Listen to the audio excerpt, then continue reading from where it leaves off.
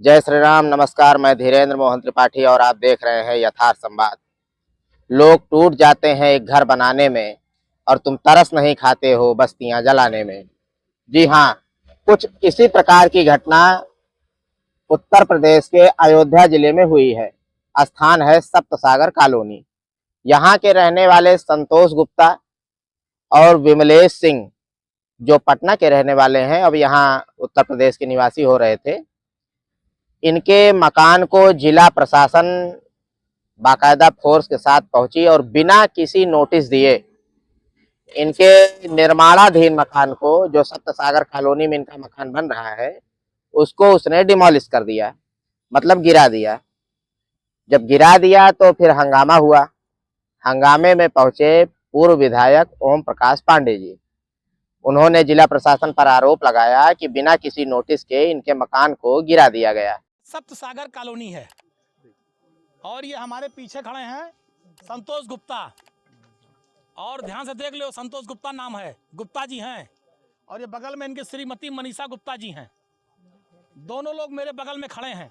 और पीछे ये विमलेश सिंह, ये पटना के रहने वाले हैं। पटना के रहने वाले हैं श्री विमलेश सिंह। ये गुप्ता परिवार है। पीछे देख लो, पूरी बिल्डिंग जो गिरी हुई है, छत, ये जो छत पूरा गिरा हुआ, देख लीजिए आप लोग छत। मनीषा गुप्ता और इनके पति संतोष गुप्ता ने 2018 में जमीन ली। कितनी जमीन है ये? 1800 स्क्वायर फीट। इन्होंने 1800 स्क्वायर फीट जमीन लिया। जमीन लेने के बाद उस जमीन का दाखिल खारिज कराया। दाखिल खारिज अयोध्या के अधिकारियों द्वारा तहसील में किया गया। उसके बाद इन्होंने बैंक का लोन लिया। बैंक मैनेजर द्वारा बैंक का लोन लिया गया और बैंक मैनेजर का कहना है कि हमने यहाँ पर जांच किया है, 30 वर्षों के पहले यहाँ कोई तालाब था ही नहीं, ऐसा बैंक मैनेजर ने बयान दिया है। उसके बाद इनकी ज़मीन पर जो बिल्डिंग इन्होंने बनाना शुरू किया, जो आप देख रहे हैं, जो योगी सरकार के बुलडोजर ने गिराया है बगैर किसी नोटिस के। 3 महीने से लगातार काम चल रहा था। 3 महीने से छत पड़ गई थी पहली, दूसरा ऊपर काम चल रहा था। इन्हें कोई नोटिस नहीं दी गई। इनका इस ज़मीन पर दाखिल खारिज है। विकास प्राधिकरण से पूरी तरह से नक्शा पास है। विकास प्राधिकरण का नक्शा किसने पास किया? योगी सरकार के अधिकारियों ने। जमीन का दाखिल खारिज किसने किया? योगी सरकार के अधिकारियों ने। योगी सरकार के अधिकारियों ने दाखिल खारिज किया। नक्शा किसने पास किया? योगी सरकार के अधिकारियों ने। लोन किसने किया? बैंक के मैनेजर ने। बैंक सरकारी किस बैंक से है? यूनियन बैंक, सरकारी बैंक है यूनियन बैंक। उसके बैंक के मैनेजर ने पास किया। और उसके बाद सुप्रीम कोर्ट का आदेश है कि बगैर किसी नोटिस से किसी के मकान पर बुलडोजर नहीं चलेगा। अभी कुछ दिन पहले सर्वोच्च न्यायालय ने आदेश दिया है। लेकिन पूछ लीजिएगा अभी आप गुप्ता फैमिली से, इन्हें कोई नोटिस नहीं दी गई। एक भी नोटिस, सिंगल नोटिस इनको नहीं दी गई। और कल रात में चोरों की तरह बुलडोजर लेकर आए और इनका पूरा मकान गिरा दिया। इनका पूरा मकान गिरा दिया। इन्हें कोई नोटिस नहीं। अगर इनकी ज़मीन गड़बड़ थी तो इनको नोटिस देते, ये कोर्ट जाते, मुकदमा लड़ते, अपनी बात कहते। लेकिन ये तो हिटलर को फेल किए हैं भाजपा सरकार वाले, कि न कोई नोटिस देंगे, न कोई बात करेंगे, सीधे आएंगे बुलडोजर लेके मकान गिरा देंगे, जिसकी समाजवादी पार्टी निंदा करती है।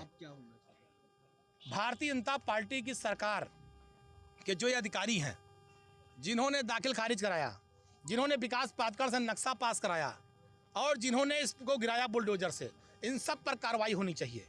इन पर मुकदमा लिखा जाना चाहिए गुंडई का। इन पर मुकदमा लिखा जाना चाहिए मकान तोड़ने का। जितनी धाराएं लग सकती हैं सब पे मुकदमा होना चाहिए। और इन अधिकारियों से जुर्माना वसूल कर जितना गुप्ता फैमिली का नुकसान हुआ है उसकी भरपाई इन अधिकारियों के जेब से होनी चाहिए। ये हम लोग मांग कर रहे हैं। खून पसीने की कमाई से आदमी लोन लेकर मकान बनाता है, ईटा गिट्टी मोरंग बालू सरिया लाता है, उसके बाद लेबर मिस्त्री का खर्चा अलग से देता है। ये भाजपा सरकार में वो लोग नहीं हैं जो गरीबों की ज़मीन को सस्ते में लेकर बेचकर पैसा कमा रहे हों। ये मध्यम वर्गीय लोग हैं, अपना 1-1 रुपया जोड़कर मकान बना रहे थे। लोग टूट जाते हैं घर बनाने में और तुम तरस नहीं खाते बुलडोजर चलाने में। योगी सरकार ने गरीबों पर, मकानों पर बुलडोजर चलाया। और ये विमलेश सिंह पटना से आए हैं, करोड़ों की ज़मीन लिए हैं। इनका भी न कोई नोटिस, न कोई बयान, न कोई पर्चा, सीधे बुलडोजर। तो ये जो बुलडोजर की कार्रवाई है ये गलत है। तालाब पहले से अंकित है, इसलिए अंकित है। अगर अंकित था तो रजिस्ट्री कैसे हुई? दाखिल खारिज कैसे हुआ? तालाब पर विकास प्राधिकरण नक्शा कैसे पास किया? इन अधिकारियों को बर्खास्त करा जाना चाहिए। जिन अधिकारियों ने, भाई जब इनकी जमीन की दाखिल खारिज हो गई तो यानी जमीन सही है। अगर विकास प्राधिकरण का अधिकारी नक्शा पास कर रहा है इसका मतलब जमीन सही है। अगर बैंक उस जमीन पर लोन दे रहा है इसका मतलब जमीन सही है। इनके पास 3 प्रमाण पत्र हैं सही होने के। इन सारे अधिकारियों अगर ये गलत हैं तो सबसे पहले उत्तर प्रदेश के मुख्यमंत्री को चाहिए इन तीनों अधिकारियों को, जो तीनों हैं, सबको बर्खास्त कर दे और उनके ऊपर वो मुआवजा लगा दें। जितना इनका नुकसान हुआ सारा मुआवजा की भरपाई अधिकारियों के जेब से की जाए, वरना ये माना जाएगा कि भाजपा की सरकार गुंडाई कर रही है। जिसका मकान और जमीन चाहेगी, जो हमें कब्जा करेगी, वो परंपरा कायम की जा रही है। तो साथियों, अभी आपने देखा होगा ये पूर्व विधायक थे पवन पांडे जी। इन्होंने जो बताया कि बिना किसी पूर्व नोटिस के मकान को डिमोलिश कर दिया गया, गिरा दिया गया। प्रश्न ये होता है कि कोई भी अवैध स्थान पर अगर निर्माण हुआ है या हो रहा है तो सुप्रीम कोर्ट की, हाई कोर्ट की बाकायदा गाइडलाइन है कि प्रार्थी को अपना पक्ष रखने का मतलब एक सुनवाई का मौका दिया जाए, लेकिन बिना किसी नोटिस के, बिना किसी सुनवाई के मकान को गिरा दिया गया। कोर्ट से बाकायदा कचहरी से हमारी लिखा पड़ी हुई थी, दाखिल खारिज हुआ हमारा, और हमने इसका नक्शा भी पास करवाया, इस पर हमने लोन भी करवाया, सारा सब कुछ हमने लीगल प्रोसेस की। इसमें जो भी करनी चाहिए एक आम आदमी को घर बनवाने से पहले, हमने सब कुछ वो सब किया। और अब जो हमारा बनने लगा, लेंटर हमारा पड़ गया, तो आगे बोल दिए कि यहाँ पर तालाब था, 3 महीने से बन रहा था, तब किसी ने नहीं कहा कि यहाँ पे आपका इलीगल वर्क हो रहा है। अगर इलीगल था तो हमारे ये पेपर्स क्यों हमारे अप्रूव हुए, क्यों हमारे पास हुए सारी चीज़ें। और अब जब हमारा बन गया, हमने अपनी सारी जीवन की कमाई लगा दी, तो आके हमारा गिरा दिया गया और हमें नोटिस भी नहीं दिया। कल एसडीएम सर आए थे, विकास दुबे थे, उनसे कहा, बहुत कहा कि सर हमको टाइम दे दीजिए थोड़ा सा, हमारे पास पेपर्स हैं। बोले नहीं, ये तो तालाब की ज़मीन है, हम 1 मिनट नहीं देंगे। और बस उन्होंने कोई बात नहीं सुनी, बस सीधे गिरवा दिया इसको। तो हम हाई कोर्ट में जाएंगे, हमारे पास जब सारे लीगल पेपर्स हैं तो हम किसी से डरेंगे नहीं, किसी से पीछे नहीं हटेंगे। हम हाई कोर्ट में जाएंगे और हमें इंसाफ चाहिए। हम योगी जी से, मोदी जी से यही कहते हैं कि हमको इंसाफ चाहिए। हमें हमारी जब ज़मीन अगर गलत होती तो फिर क्यों हमारे ये सारे पेपर्स पास हुए, क्यों हमारे हुए, उनकी सबकी कार्रवाई होनी चाहिए, सबकी जांच होनी चाहिए।